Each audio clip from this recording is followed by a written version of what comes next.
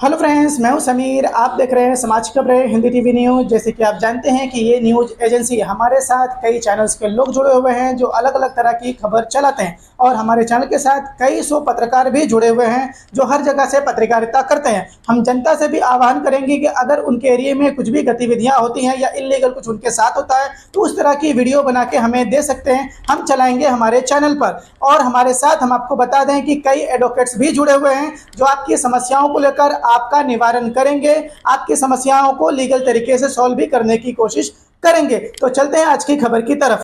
वो बड़े बड़े वाले बब्बर शेर याद है, मेक इन इंडिया वाले।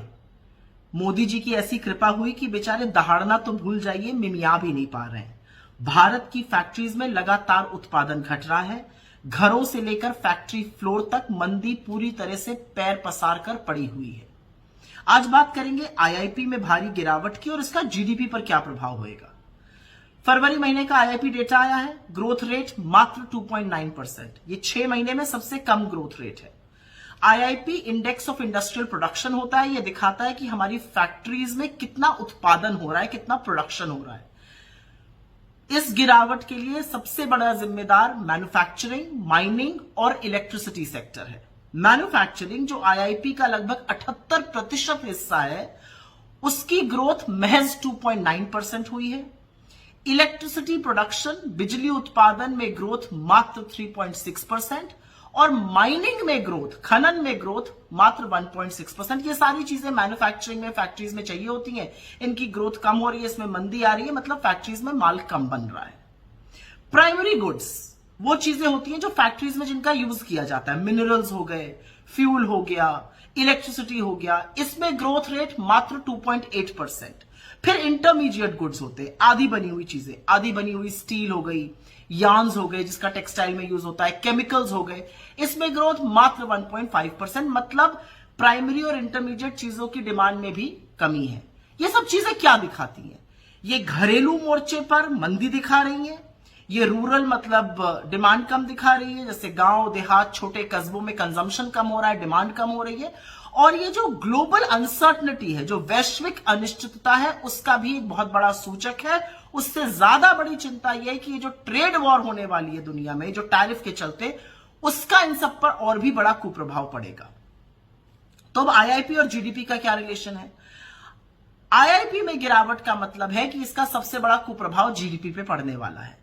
फिस्कल ईयर 25, वित्तीय वर्ष 25 जो अभी 31 मार्च को खत्म हुआ है, उसमें अनुमानित जीडीपी की ग्रोथ रेट थी 6.5%। पहले क्वार्टर में 6.7% हुई, फिर 5.6% हुई, फिर 6.2% हुई।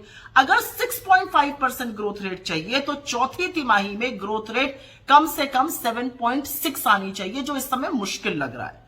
तो पिछले साल की ग्रोथ रेट अचीव करना भी मुश्किल लग रहा है और तस्वीर बहुत अच्छी इस साल की भी नहीं दिख रही है। जो वित्तीय वर्ष 2026 1 अप्रैल को शुरू हुआ है, उसकी ऑलरेडी आरबीआई ने ग्रोथ रेट अपनी अनुमानित घटा दी है, 6.7 से घटाकर 6.5 कर दी। और आरबीआई का मानना है कि ये जो ग्लोबल अनसर्टनिटीज है, इसके चलते ग्रोथ और भी धीमी हो सकती है। तो इस वैश्विक उथल पुथल पर क्या सरकार को कोई फर्क पड़ रहा है? सरकार क्या टैरिफ पर बोल रही है? बिल्कुल नहीं बोल रही है। और अगर फर्क पड़ता तो सरकार फैक्ट्री उत्पादन पर, इलेक्ट्रिसिटी जनरेशन पर, मैन्युफैक्चरिंग पर ध्यान देती। लेकिन मोदी जी का तो सारा ध्यान कब्रें खुदवाने पर है, वक्फ बोर्ड के बिल पास कराने पर है। आपका ध्यान हर जगह मुद्दों से हटाकर उस पे लगाने पर है, नहीं तो आप सवाल पूछने लगेगा। लेकिन क्या आप सवाल पूछने के लिए तैयार हैं? क्योंकि आईआईपी का कम होना, जीडीपी का कम होना महज नंबर नहीं है। यह आपकी आमदनी, आपकी आय, आपके रोजगार, आपके बच्चों के भविष्य को तय करेगा। तो सवाल इस बात का है कि क्या आप तैयार हैं सवाल पूछने के लिए?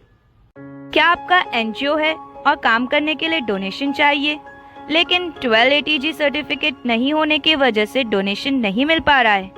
तो आप आरटीआई एसके के एजेंसी से संपर्क करें। आरटीआई एसके के एजेंसी से संपर्क करके 1280G सर्टिफिकेट बनवा सकते हैं। उठाएं फोन और लगाएं कॉल।